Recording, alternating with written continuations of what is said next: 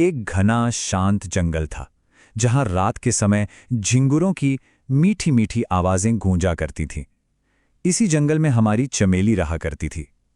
चमेली एक बहुत ही प्यारी और अपने बच्चों की परवाह करने वाली माँ थी। लेकिन एक रात जब वो अचानक सो के उठी, तो उसने देखा कि उसके दोनों बच्चे, बल्लू और खुशी, घर पर हैं ही नहीं। अब आप सोच ही सकते हैं, उस अंधेरे में एक माँ का दिल कितना घबरा गया होगा। वो तुरंत अपने बच्चों को ढूंढने के लिए निकल पड़ी। भाग एक नया परिवार। दो परिवारों का एक साथ आना। तो चलिए अब गहराई से देखते हैं कि चमेली का सफर आगे कैसे बढ़ा। सुबह से ही चमेली पागलों की तरह हर जगह अपने बच्चों को तलाश रही थी। उससे बार बार यही डर सता रहा था कि कहीं जंगल के किसी जानवर ने उन्हें चोट ना पहुंचाई हो। लेकिन फिर दोपहर होते होते नदी के किनारे एक बहुत ही सुखद मोड़ आया। चमेली ने देखा कि उसके बच्चे बिल्कुल सुरक्षित हैं। वो गुलाब नाम के एक बहुत ही नेक बकरे और उसके बेटे पिंटू के साथ हंसी खुशी खेल रहे थे। चमेली ने पहले ही अपने जीवनसाथी को खो दिया था, और गुलाब ने भी। कुछ महीनों बाद इन दोनों ने एक साथ रहने का फैसला किया, ताकि बच्चों को एक पूरा और खुशहाल परिवार मिल सके। इसी दौरान एक बहुत ही प्यारा पल आया, जब गुलाब ने चमेली से कहा, अगर आप चाहो तो हम एक दूसरे का सहारा बन सकते हैं। ये फैसला उन्होंने सिर्फ अपने लिए नहीं लिया था, बल्कि इसलिए लिया ताकि उनके बच्चों को, जिसमें गुलाब का बेटा पिंटू भी शामिल था, एक माँ और एक पिता दोनों का प्यार मिल सके। और इस तरह एक बहुत ही खूबसूरत से परिवार की शुरुआत हुई। भाग 2 एक दर्दनाक नुकसान, जंगल के खतरे। पर दुख की बात है कि यह शांति ज्यादा दिन टिक नहीं पाई। हुआ यूं कि एक शाम बच्चों को बहुत जोरों की भूख लगी थी। बाहर धीरे धीरे अंधेरा छा रहा था, लेकिन गुलाब ने एक सच्चे और बहादुर पिता की तरह तय किया कि वो बच्चों को भूखा नहीं सोने देगा। वो उनके लिए चारा लाने बाहर जंगल में गया। लेकिन जंगल तो जंगल है ना, वहां अचानक उसका सामना एक शेर से हो गया। और बहुत दुख की बात है कि गुलाब कभी लौट कर नहीं आ सका। चमेली अब एक बार फिर से अकेली रह गई थी, तीनों बच्चों की जिम्मेदारी के साथ। भाग 3 गलतफहमी। एक गिरी हुई गठरी ने कैसे दूरियां बढ़ा दी। अब यहां से छोटे से पिंटू के मन में एक उलझन शुरू होती है। और ये बात बहुत ही अच्छे से दिखाती है कि कैसे छोटी सी बात का गलत मतलब निकाला जा सकता है। असल में हुआ ये कि चमेली तीनों बच्चों के लिए चारा ला रही थी, पर रास्ते में गलती से घास की एक गठरी गिर गई।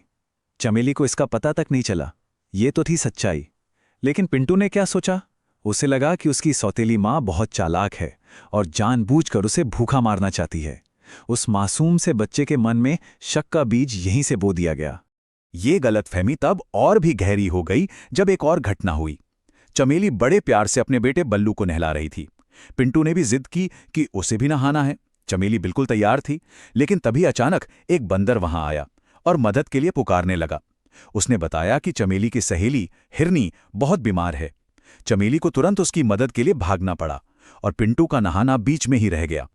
अब पिंटू को लगने लगा कि उसकी मां सिर्फ अपने सगे बच्चों से ही प्यार करती है और उसे बिल्कुल भूल गई है। भाग 4 एक भयानक गलती, जलन का अंजाम। इस कहानी का ये सबसे उदास कर देने वाला हिस्सा है, जो हमें बताता है कि गलतफहमियां हमारे दिमाग पर कैसे असर डाल सकती हैं। पिंटू को अंदर ही अंदर लग रहा था कि कोई उससे प्यार नहीं करता। इसी चलन के अंधीपन में उसने अपनी मां का सारा प्यार पाने के लिए एक बहुत ही नासमझी भरा कदम उठाया। वो बल्लू और खुशी को एक गहरे अंधेरे कुएं के पास ले गया और खेलते खेलते उसने उन दोनों को उस कुएं में धक्का दे दिया। गुस्से और जलन से भरे एक छोटे से दिल से एक बहुत बड़ी गलती हो गई थी। जब चमेली वापस लौटी और उसने पिंटू से बच्चों के बारे में पूछा, तो डर के मारे पिंटू ने झूठ बोल दिया। उसने कहा, एक शेर उन दोनों को काली पहाड़ी की तरफ ले गया है। सोचिए उस वक्त चमेली पर क्या बीती होगी।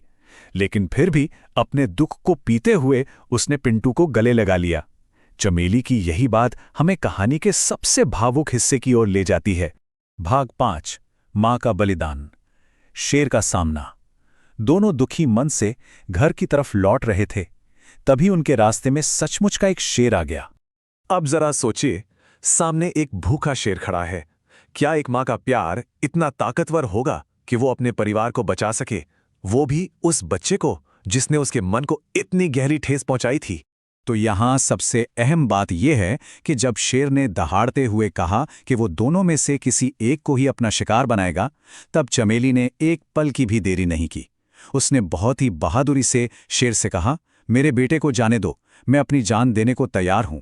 चमेली ने उस पिंटू को बचाने के लिए अपनी जान दांव पर लगा दी, जिसने उसके सगे बच्चों के साथ इतना बुरा किया था।